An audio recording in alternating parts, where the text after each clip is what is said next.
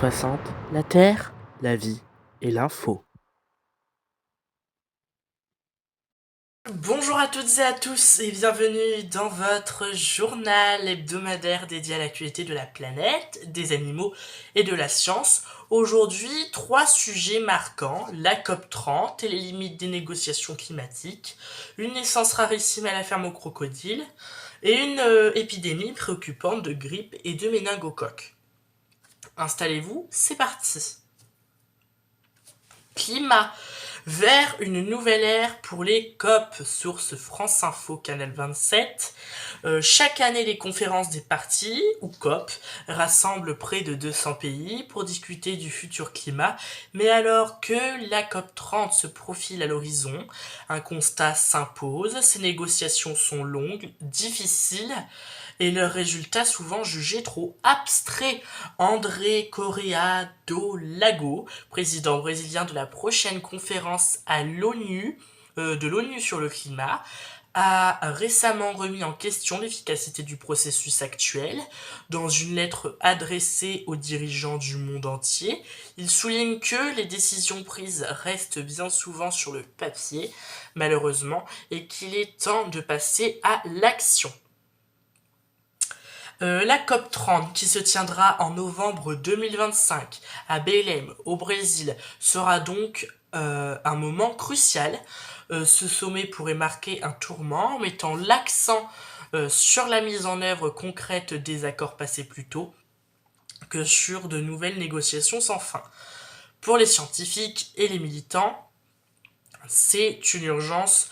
Les émissions de CO2 continuent d'augmenter et les phénomènes climatiques extrêmes se multiplient à travers le monde.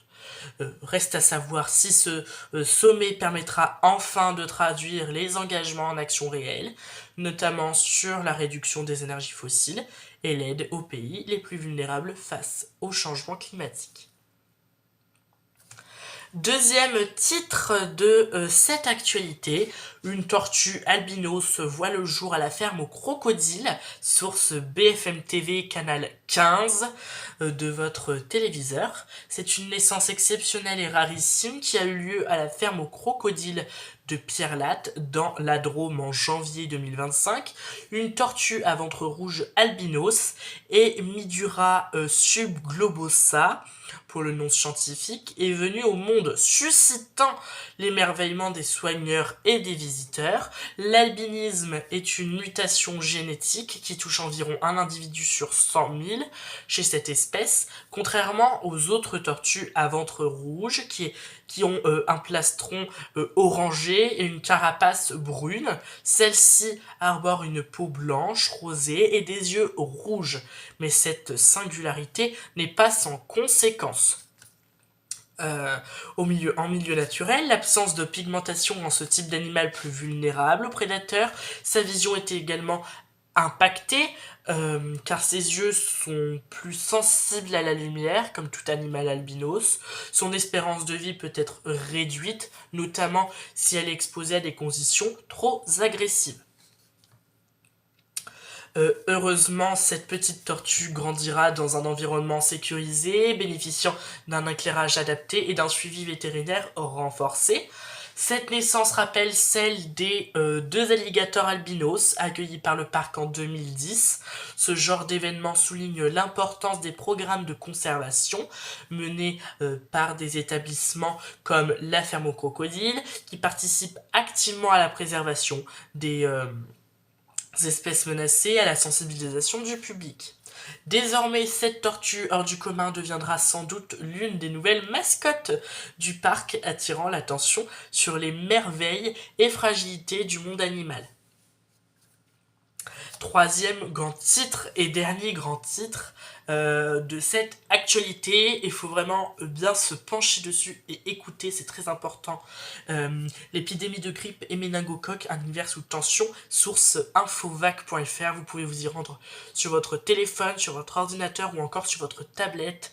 Vous tapez infovac.fr et vous allez trouver cette revue.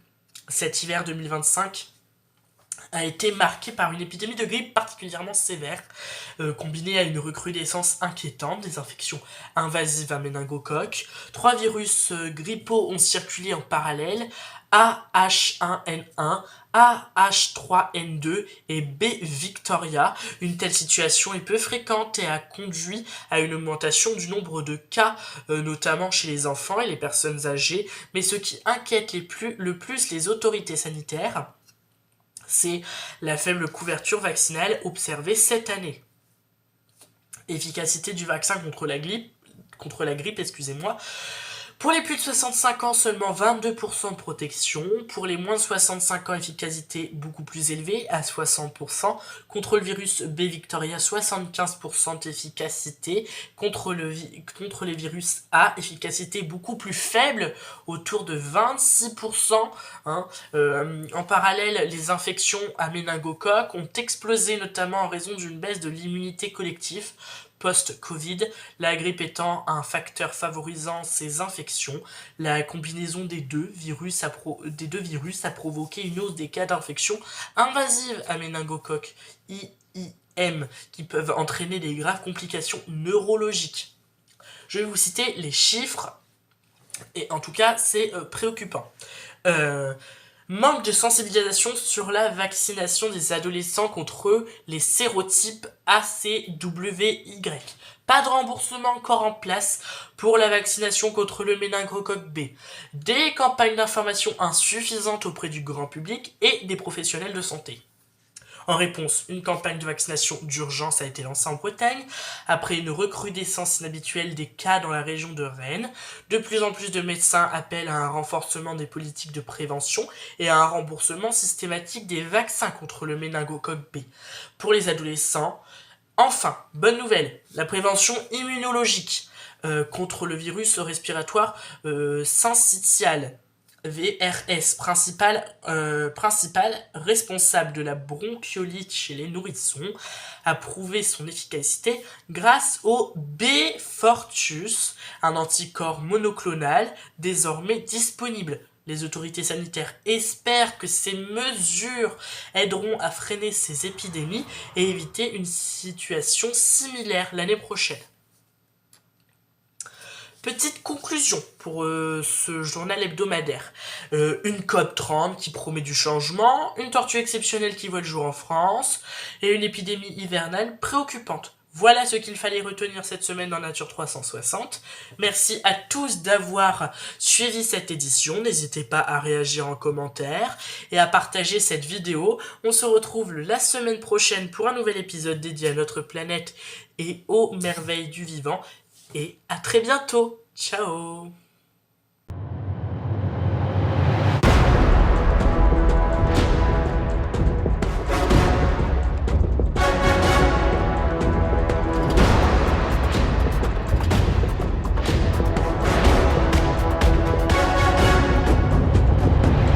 Nature 360, la Terre, la vie et l'info.